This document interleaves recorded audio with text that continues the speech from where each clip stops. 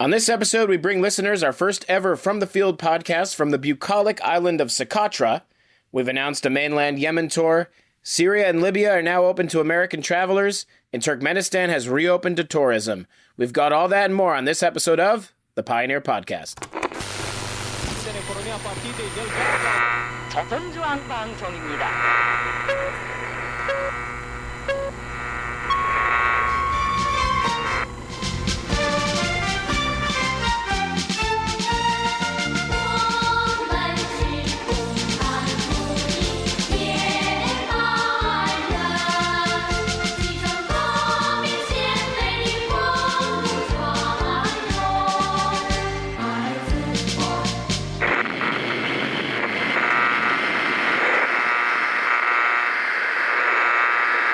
Welcome back to the Pioneer Podcast. This is your host, Justin Martell, and you might have noticed we took a bit of a hiatus in 2022 as we focused on resuming regular tours to destinations your mother wishes you'd stayed away from.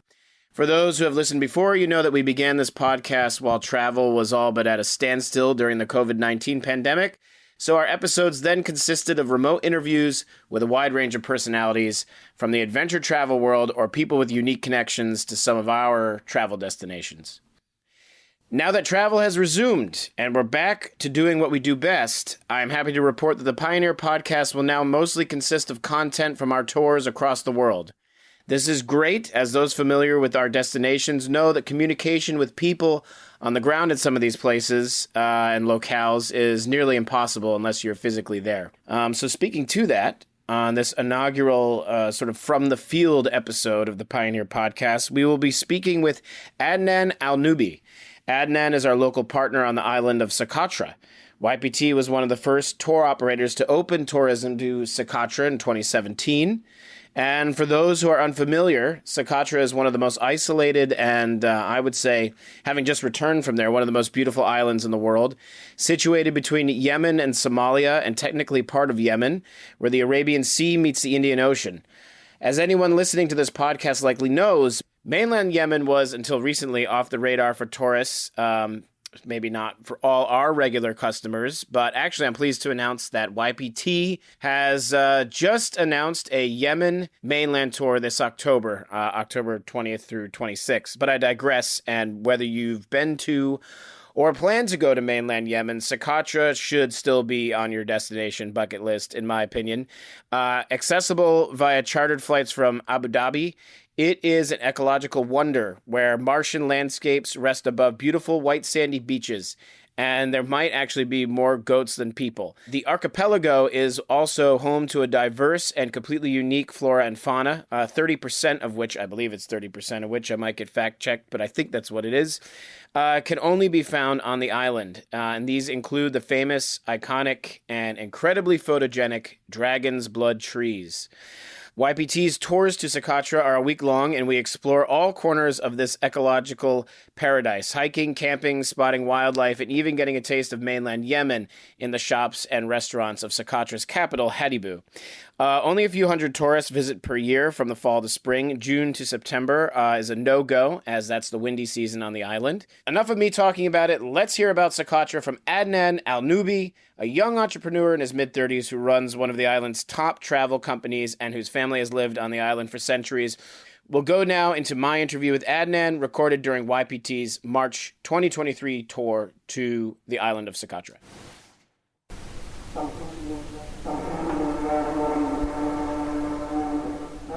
So I'm sitting with Adnan Alnoby here in the capital of Socotra Island, Hadhibu. Mm-hmm. And Adnan is our local partner here in Socotra. How many years have we been working together? I think it has been now, it's about 4 years or maybe more. Yeah, has been working together from 2018. Yeah, that we start to work together. It was the flight from Cairo to Socotra. And the flight was a stopover in Sayon in mainland Yemen for 1 hour, 2 hours, and then they continued the flight to Socotra. So at the time, the situation is because somehow the war is still in the beginning. And then we have kind of adventure to make this tour with this flight, and especially for the white people to come in that time. It's a little bit difficult because the Yemen it's war, and it's also Socotra. It's a little bit. It's far from Yemen, but we are part of Yemen, so it's something strange for the local and for the government to see the foreigners in the island coming, while the war is still active in Yemen. But so we keep doing this work until the flight come from Abu Dhabi, which is a direct flight from Abu Dhabi to Socotra. When did that start? It started 2 years ago. Yeah. And that makes the people feel comfortable to fly from Abu Dhabi because Abu Dhabi is a safe country. And the flight was directly coming to Socotra. Mm-hmm. And many people now in the island coming from Socotra, from Abu Dhabi, because it's a good option for them to fly to use. Besides now, also the Yemeni Airways, so they want to make a kind of competition with the Air Arabia, so to make also flight from Cairo via Aden to Socotra. And now I think it will be happen the next year. So many groups or many tourists will start to choose also this option because some people they want to come via Cairo or they have some plans in Cairo. So also the good thing now in the island that the visa in Socotra can be now accepted in Cairo and also in Aden. I mean, because now we have one government, but Socotra is part of Yemen, and each province has its governor.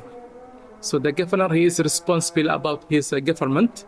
Now it's starting to be like the papers are official for all the Yemen. So any like visa comes from Aden or from Hadramaut or from Socotra, it's accepted to all governors and to all the borders in other governments. Yeah.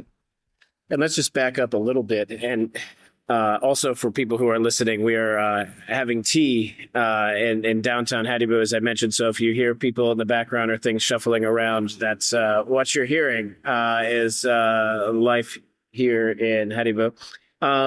So let's just go back a little bit. What do you think is important for people to know sort of historically? I mean, we're sitting on this small island between Yemen and Somalia, where the Indian Ocean meets the Gulf of Arabia. What's important historically? What should we know? So Socotra is in the past times is like a sultanate, which is like separate from Yemen. And that means we have our own government, our own sultan, our ministers who is ruling the island. So we are completely different from Yemen. So we don't have like some connection between Yemen and Socotra. So that time Socotra is like they live this very simple life, and they have the contact mainly with the Horn of Africa, like Swahili, and also with Oman. So because it's close. So we have some like trade between these two countries, Swahili and Oman. Some people they go to Swahili and to bring some food.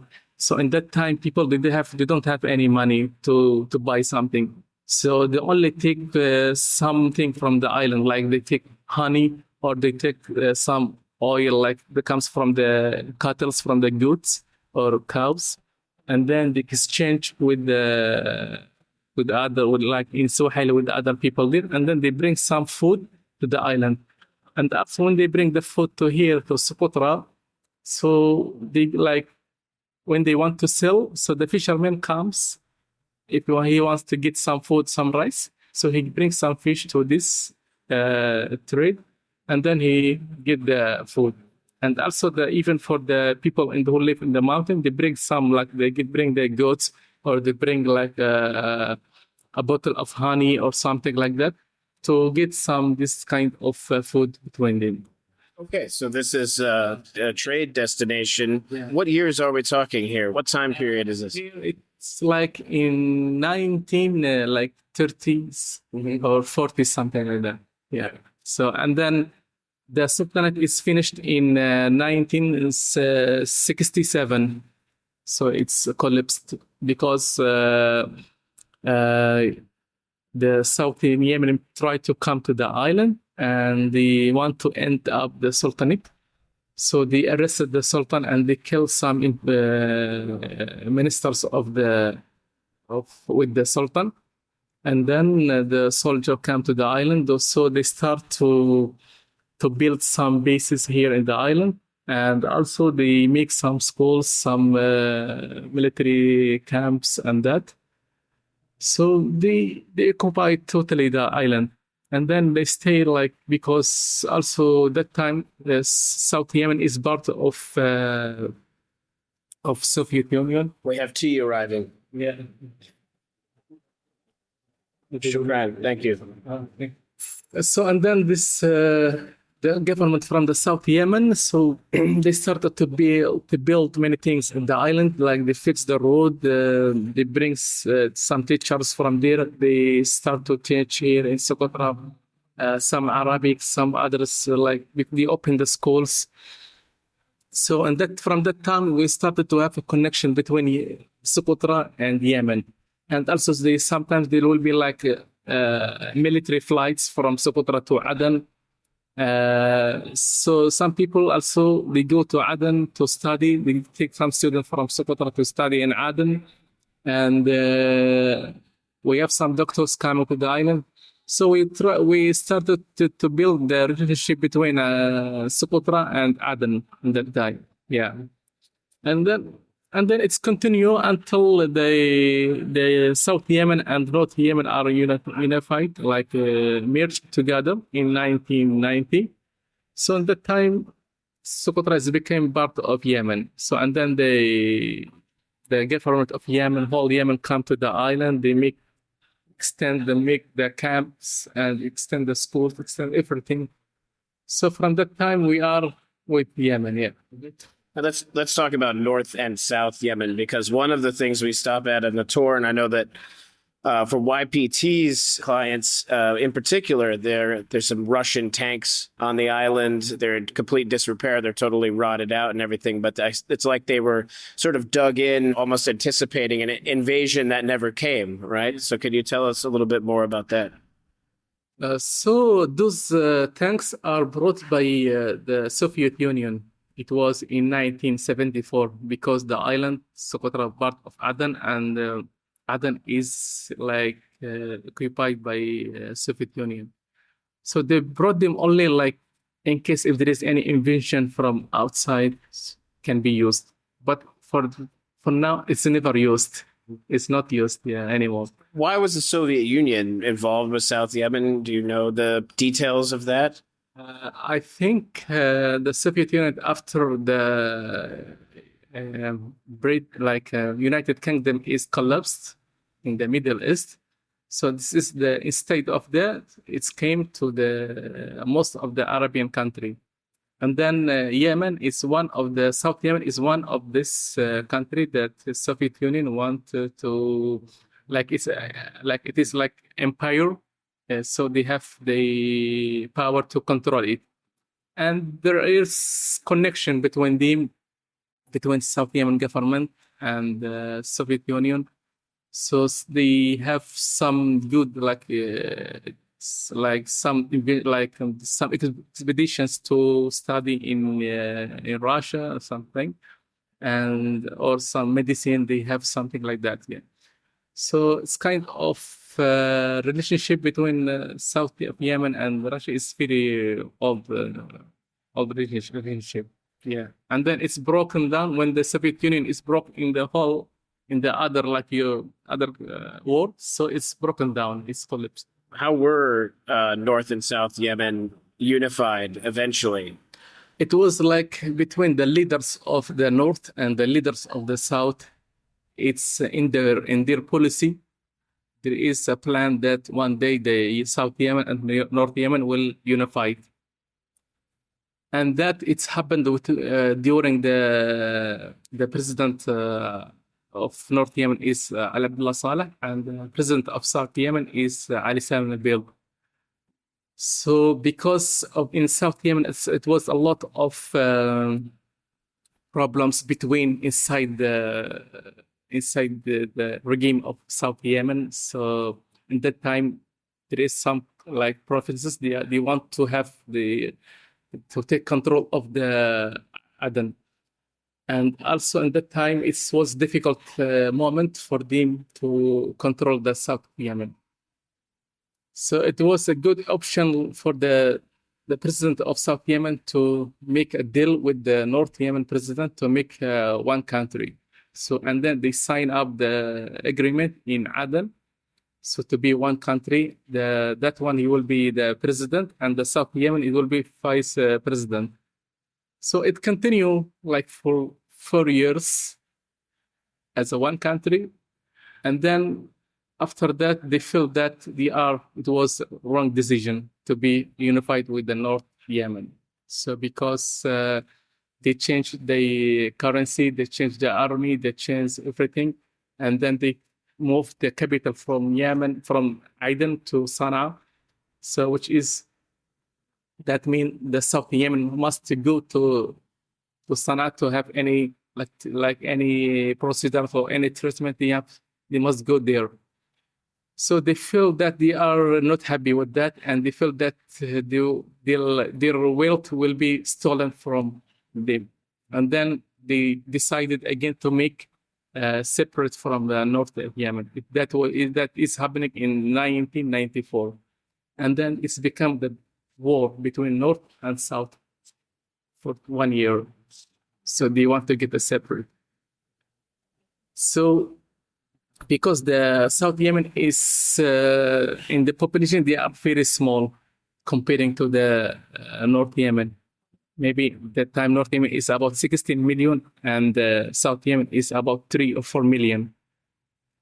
So it was like a difficult mission for them to defeat the North of Yemen. So they couldn't continue with the war. So they lost the war, and then the northern people they also occupied again the southern Yemen, and then they control everything from that time until in 2015.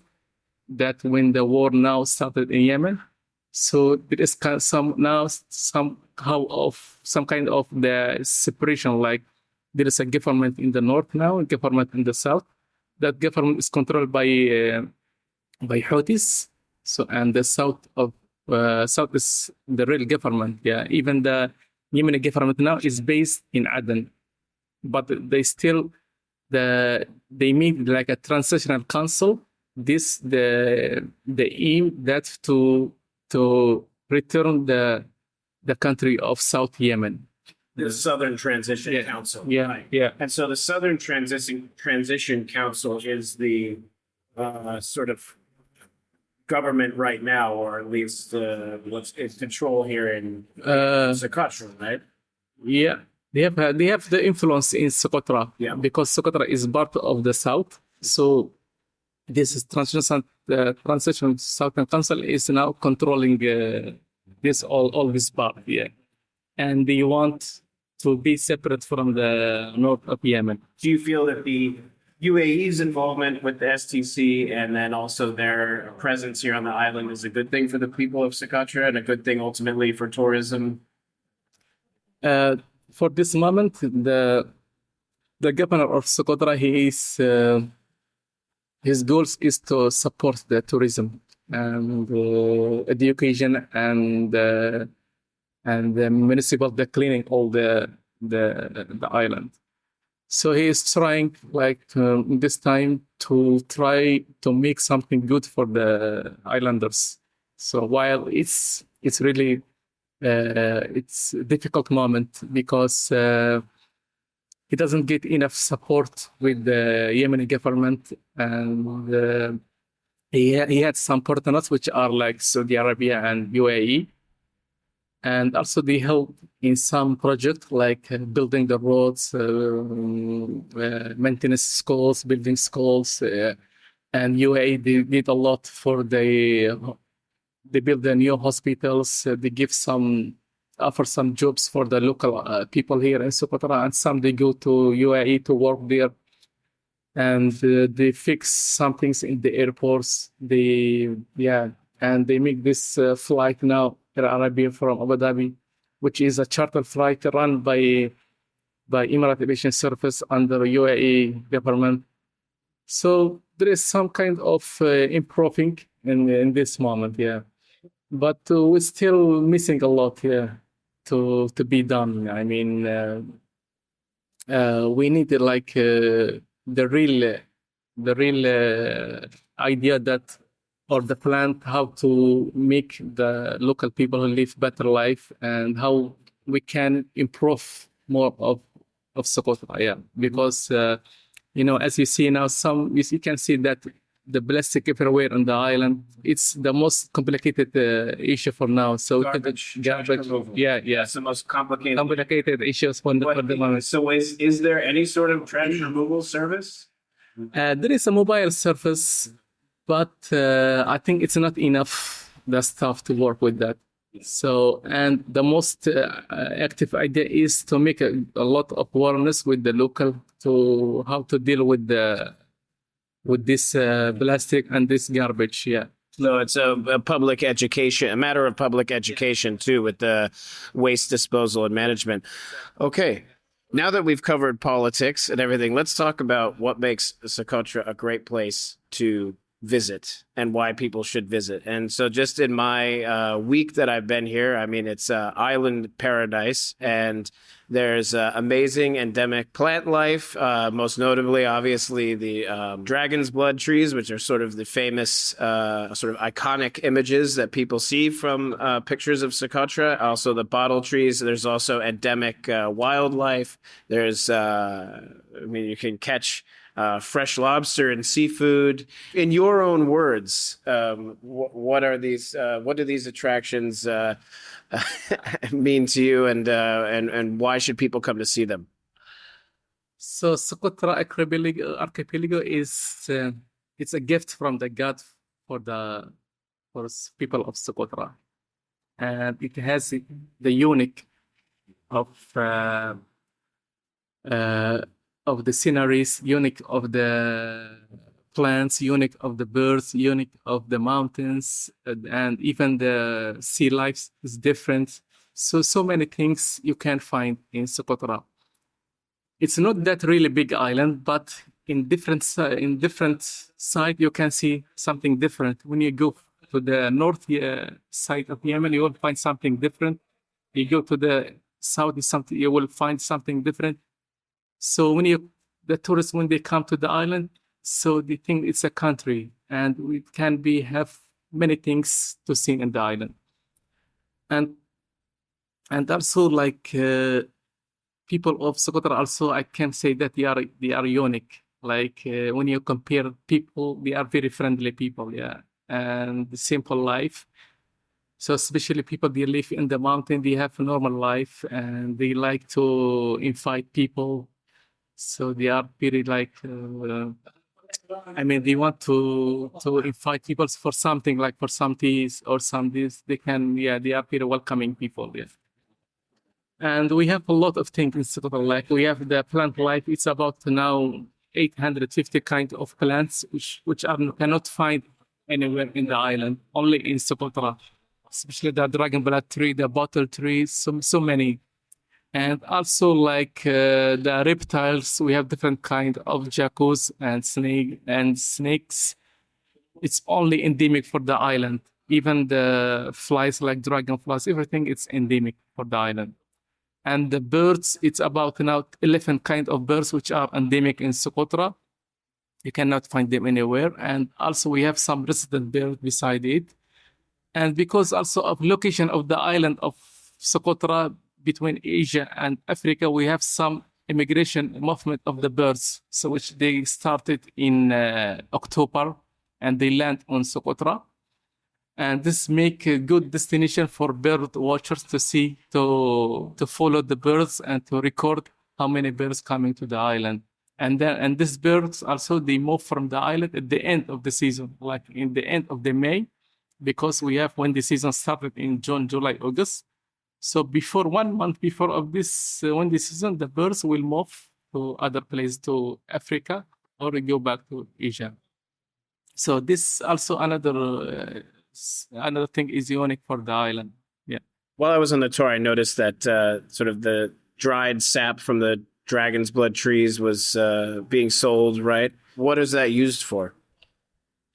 Normally, that local people they go to the forest of the dragon blood tree and to extract the resin, which is small sap on the trunk of the tree, and that can be used for a woman in case if there is any like breathing during the birth, she can mix with water and drink to stop the bleeding. And also it's used for like decoration of the handicrafts. And also it's made for women like a makeup at the time to have a good looking. So they crush it and then they put it with the water on the face to have it. Are there any conservation efforts to protect the dragon blood trees, and what is the threat to their survival? Because that tree, dragon blood tree, it's take a lot of years to grow up. When people see a full-grown dragon's blood tree, how many years old is that? That tree you saw it now, is between 600 to 800 years old. Yeah, it's a lot of years to grow up. So for now, it's difficult thing is that it's overgrazing. So the goats, it's everywhere in the mountain. So that is the big threat for this tree, because you cannot now see any small dragon blood tree because they are eaten by the goats when they are grow up. So there is kind of like conservation that they make a nursery in Dixon Plateau to grow up the small dragon blood trees, and then they give some time like for 5 or 10 years until the seeds will grow up, and then they transplant them to the home area, to in the forest or the other place. So this is they are working on it now. But I hope like the local people will understand that to keep like some privacy for the goats, and so they don't let the goats to go everywhere on the mountain. So it's good example also to make the plants, the dragon blood tree, to grow by itself without any threat from the animals or the human. Yeah. Why are there so many goats on the island? It seems that there's one goat for every person, that maybe the populations are basically the same. What are they used for? Because I think I noticed in terms of animals that people were raising, I think it was like goats were the most popular, then sheep, cows, and maybe I saw a couple chickens. Now, most of the people, they like to have the goats because it's the mean for them. Like, they can sell them in the market to get the money.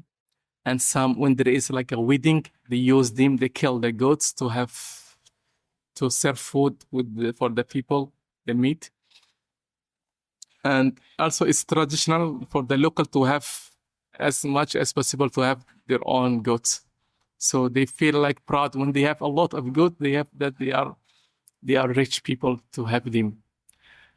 So most of the islanders now, they have a lot of the goats on the mountains, yeah.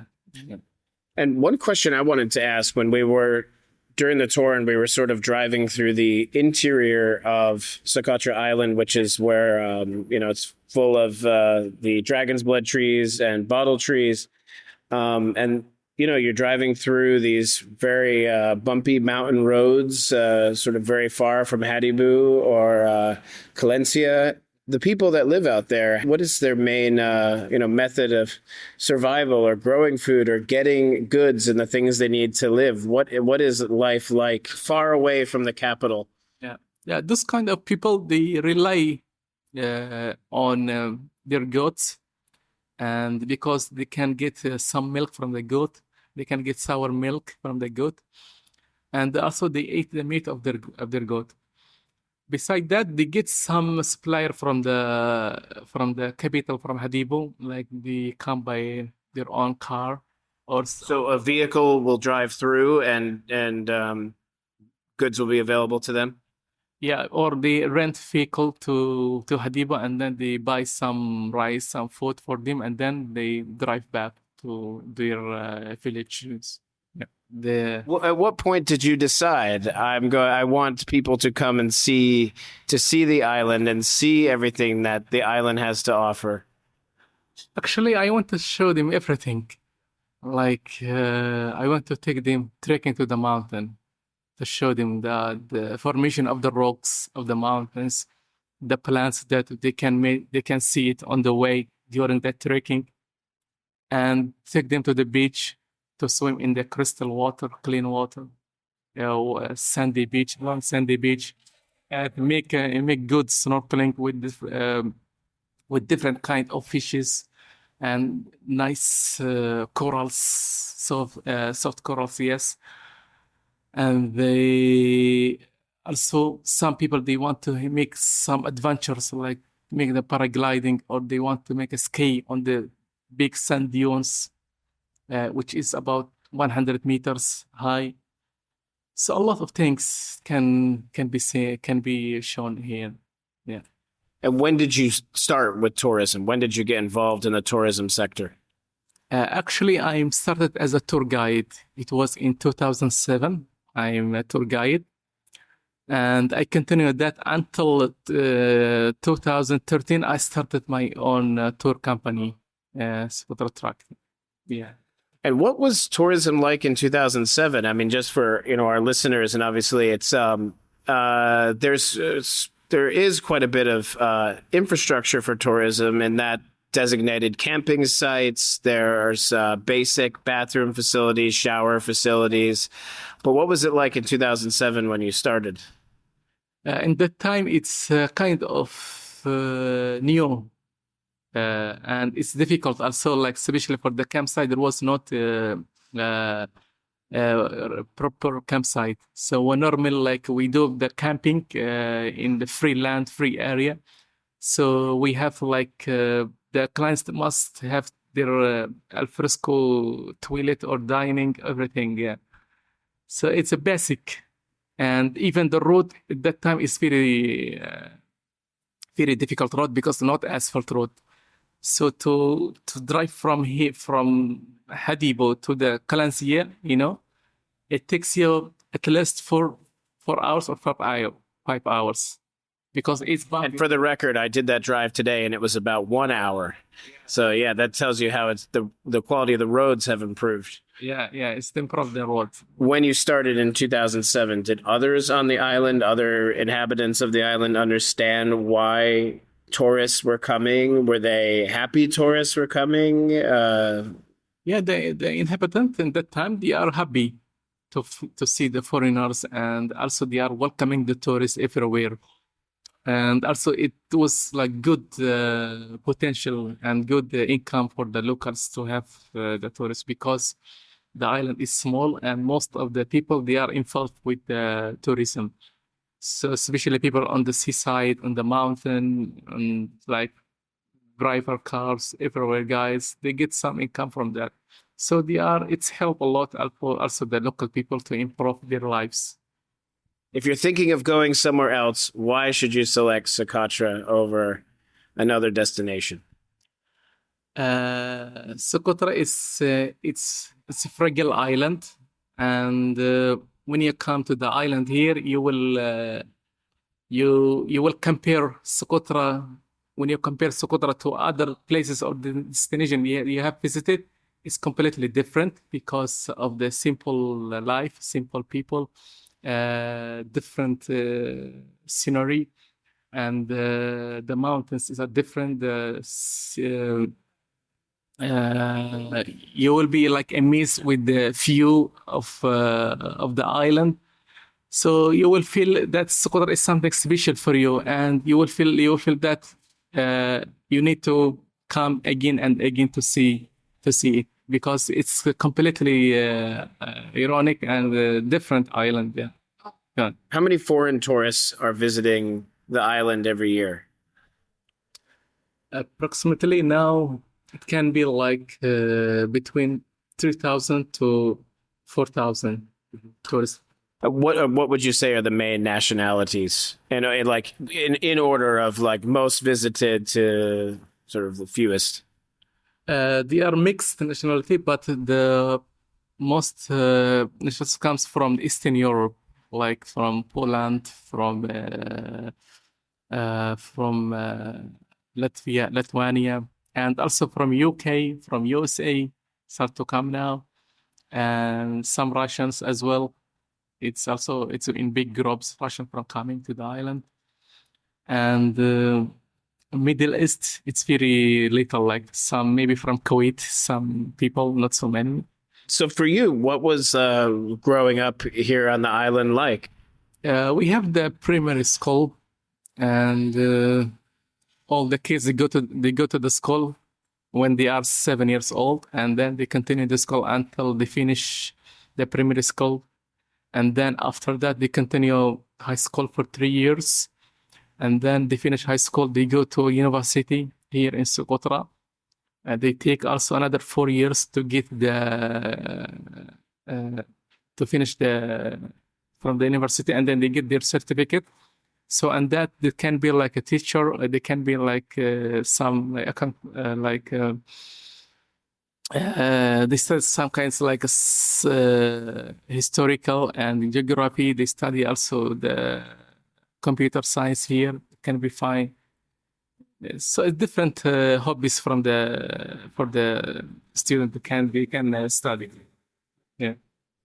Do you find that most people that are born here stay on the island and live here for their whole lives, or do they want to go to mainland?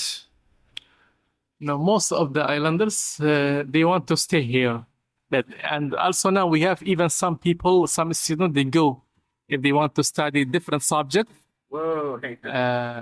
If they want to study different, Sorry, there's a whole bunch of actually a traffic jam in downtown Hadibu, if you can believe it.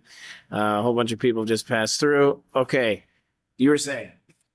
Yeah, some students, because they choose different subject, not education or something like that. They want to be a doctors. They study like medicine or engineering. So in this case, they go outside the island. They go to Yemen, to Aden or other place in Yemen to study. Or some also they can get some scholarship. They study in Europe and some in Asia. Yeah. Do you travel to mainland with any regularity? Yes, I still travel to Yemen. I go to Aden, Sana'a. It's normal. Yeah. It's because it's our main shopping place to go to Yemen. Yeah. We buy our things from Yemen. And so, what kind of, when you go to mainland, what kind of goods do you bring back? I can bring like a clothes. I can bring shoes. I can bring something that I cannot find it here, like mobiles or some computer. Something. It's what I like personal things. You need it, you can buy it in there, and then you bring it. Yeah. You can find good quality there. Yeah. What are the biggest supply issues? Things that just aren't available on the island that might be more available in mainland? I mean, you said it, shoes, clothes, and but do you think are there more goods available now than there were, say, 5 or 10 years ago? And now most of the things they are available here in Socotra because we have the people coming from Yemen and they open shops here. So they imported the goods from Yemen, from Makalla, from Aden, and I think now it's available in the markets. Yeah, with the different quality, I mean. Mm. And in addition to tourism, what are some of the other sort of jobs that people do locally? Actually, the first sector for Socotra is fishing, and the second is tourism. because fishing is, I think almost all people, they are involved in fishing. And then they can go fishing and they sell the fish to Yemen. They can sell the fish to UAE and to Oman. So it's a big sector for local people to the fishing, yeah. And they can now, and this time it's a season to catch the lobster, and the season is to catch the octopus. And this they will be by Emirat, and then they sell it in Emirat. Is tours available to the other 3 islands that are part of Socotra? I know one island is completely uninhabited, right? But I think the other 2 are inhabited. How many people are on those islands, and are they easy to get to?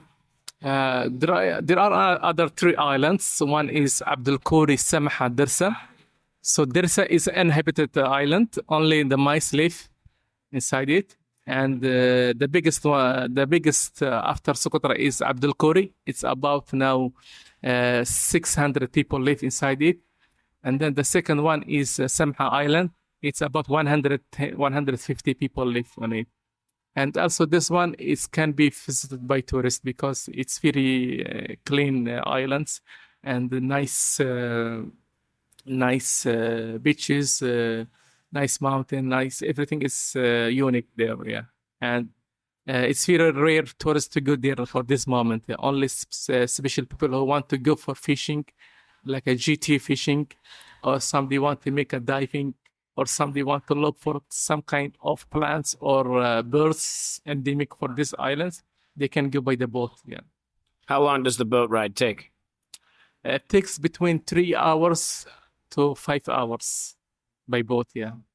And only because I think tourists listening will ask, and because we're so close to Somalia, are Somali pirates, do they pose any sort of threat if you're traveling by boat between the islands of Socotra? There is no threat from Somalia because I think we have good relationship with Somalia, and so we never have threatened from Somalia, and there is no pirates coming to the islands from Somalia. Yeah, that's a good thing. You will be for the foreigners, for the tourists. They will think when you like plan to travel to Socotra, and Socotra is located in Yemen. So they think it's a dangerous destination to travel. But Socotra is different and Yemen is different. So we have a big distance between them. And Socotra is very safe island to fly. And even when you are in the island, it's very safe, not like in Yemen. So because the tribes here are very peaceful, so we don't have any tribes problems or the government or the problems with the government. So it's completely safe here comparing when you hear that Socotra is part of Yemen. So it's safe island. Yeah. Yeah, because here people, they are not armed people, so that's why it's peaceful. But there is also places in Yemen which are very peace and nice, and you would enjoy to visit it. So because not all Yemen is a war, especially the South Yemen is very safe place to visit, especially Hadramaut, Shabam, Sayoun. This is very safe place, and the people there are peaceful and nice people to meet them. Yeah. So, okay. Well, that's important for people to remember as well. And yes, and absolutely, it is 100% safe. The people are great. The scenery is amazing. The beaches are wonderful. The dragon's blood trees are as stunning as the photos. And in my opinion, this should be on the top of everyone's list of travel destinations for sure. Yeah. Okay. Well, thank you. Thank you very much. Good luck for your work. Yeah. And that was our interview with Adnan Alnoby on the island of Socotra. If you'd like to sign up with us to visit Socotra, head to youngpioneertours.com and inquire about our October, November, December, and January 2024 Socotra tours. Also, some quick hits I'd like to mention. Syria and Libya tours are now open to American tourists. Turkmenistan has just reopened to tourism for the first time since the COVID-19 pandemic, and we'll be running our summer tour to Turkmenistan July 18th to 25th. And Mogadishu is now a new destination for group and private tours. Head over to youngpioneertours.com and sign up for the tours that most interest you. I'm Justin Martell, and this was another episode of the Pioneer Podcast. See you next episode for an on-location look, or I guess I should say listen, at the world's newest country, the Republic of South Sudan. Until next time, take care.